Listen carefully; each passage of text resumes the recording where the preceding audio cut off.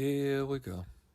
Christian here with Cheap Beat Up Elvis Vinyl. This is part 2 of my latest haul from Sobros Records in beautiful downtown Bay St. Louis, Mississippi. Always love to pick up Elvis items in his home state. In part 1 of this pickup, I showed the mystery box of 8-track tapes that I had picked up. 15 of them. About 5 were bootlegs, a few Camden Pickwicks, the rest RCAs, plus a little carrying case that you would use to put them in your car. I was very happy with it, got it all for 20 bucks. But I also picked up some other Elvis stuff. Almost in Love. This is on Camden. Now, difference, I already had one of these, but this one's different because this one has the last song listed as Stay Away. The other version that I had of it has the song listed as Stay Away Joe. So that's a little variation there. Now this one was also released on Pickwick with a slightly different cover. They just kind of cropped it. I like that blue. I like this one. Although this one's cool too. It was $3.50. Next one I picked up is this, Elvis Separate Ways. $2.50. It's the Pickwick. There's the back of it. Beautiful back. I love all these color photos. I had the RCA Camden. Let's see the differences here. Yeah, I had the RCA Camden, and it has a slightly different back. This is the one I just picked up, Pickwick. See, it has all the albums, and it has a picture of Elvis here. This is the RCA Camden. It has all the pictures of the albums, but then it has this ad coming in early 1973, Elvis's satellite album, Aloha from Hawaii. Very, very cool. That's the kind of stuff I like. So I picked that one up for $2.50. Also picked up another copy of Blue Hawaii. Picked it up for $5. It's got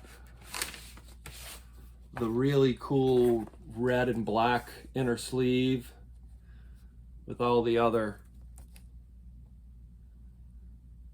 albums and EPs, and then listing here of all the 45s. And this one is Dog on Top. The last piece of vinyl that I picked up completed my Monkees collection. This was the last Monkees that I needed. I'm only interested in the first 5 Monkee albums.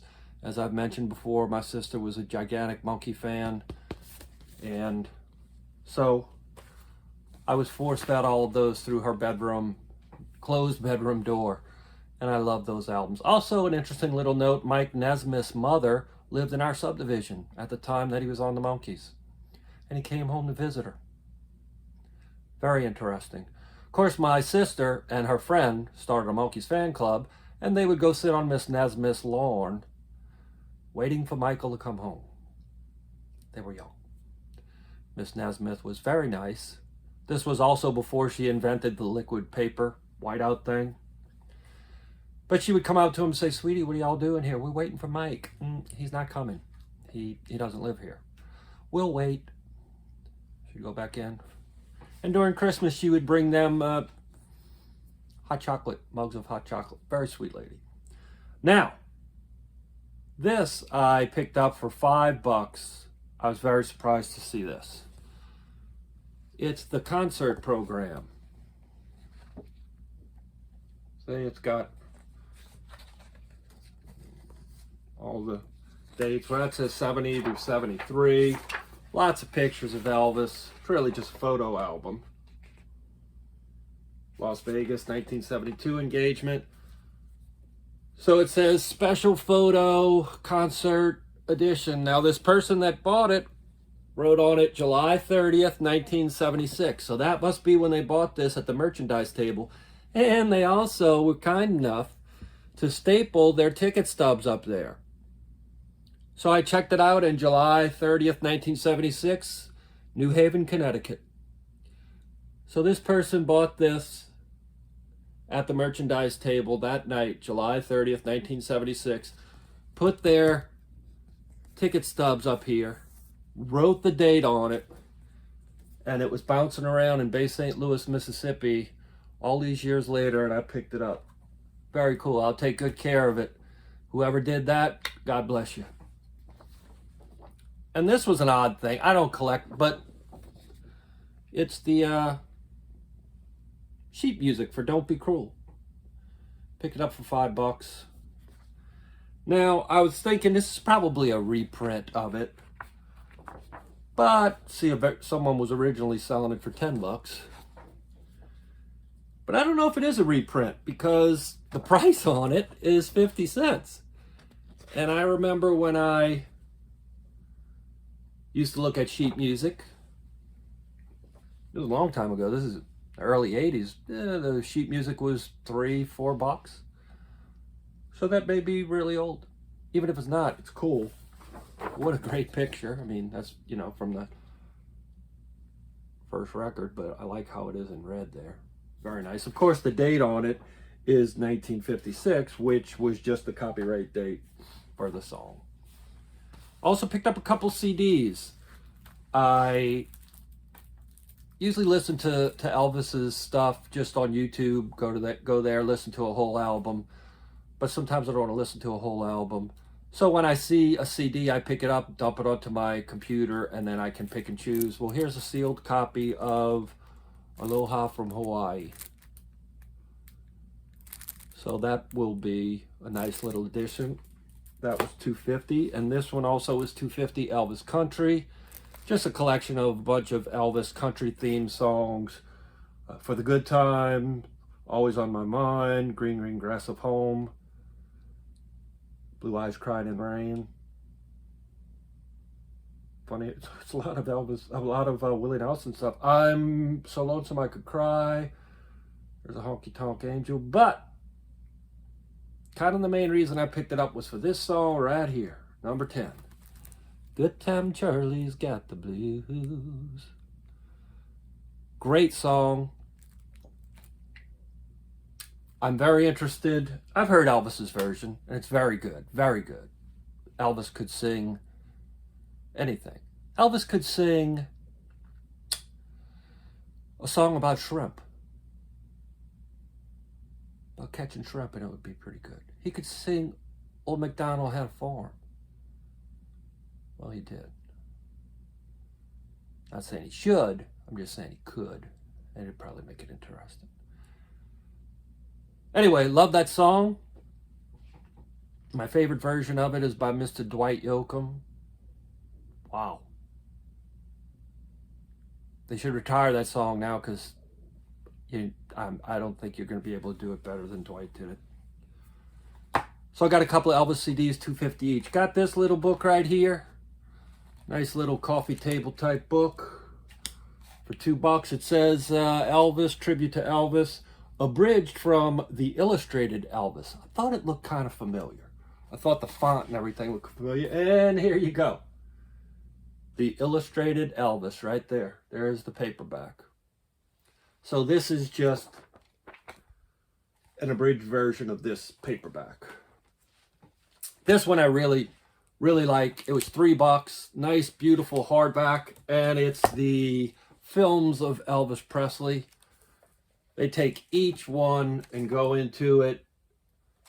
Bunch of pictures, nice little details. Of course, a synopsis of the plot, but then a little bit of what happened when it came out, the reaction to it, where Elvis was in his career. So it's a very good reference for if you just want to just flip through and look at some information about Elvis movies.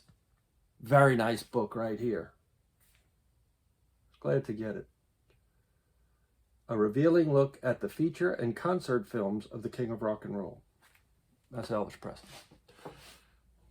Now the next thing I got was 9 paperbacks, $1 each. Can't pass them up. Already have a couple copies of this right there. But I can't pass it up. I mean, this is something I just pick them up because, you know, if somebody's asking me about it, I can just give them a copy. Check it out. So, Elvis, what happened? Is Elvis alive? There it is right there. Couldn't pass it up. Elvis, this is a nice one here. Kind of an odd one. Came out in 77. There it is right there. Now here are the ones that and this one, it's called the Private Elvis, and I saw it, I said, man, this looks kind of familiar. Sure enough, when I get home, I read, and it says, originally published as Elvis and the Colonel. Elvis and the Colonel, right there. There's the picture. See, it's the same. Let me show you. It's the same photo, right there. Same font. They just added stuff right here after Elvis passed away. Now these are new ones here. The Boy Who Would Be King by Elvis's cousin. Everybody that ever walked through a room with Elvis Presley wrote a book about it. And here it is, Walking Through a Room with Elvis Presley. Now, Wild in the Country. Now this is cool. It's the book, which they says original title, The Lost Country, and it says it has just been made into a stunning motion picture produced by Jerry Wald from a screenplay, blah blah blah, starring Elvis Presley, Hope Lang, and there's a picture right there. Look at that cool old book, huh? Yeah, smells like an old book. Elvis, My Brother by Billy Stanley.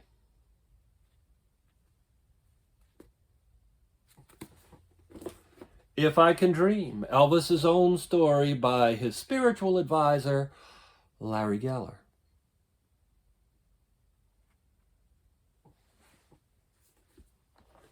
And this one I picked up.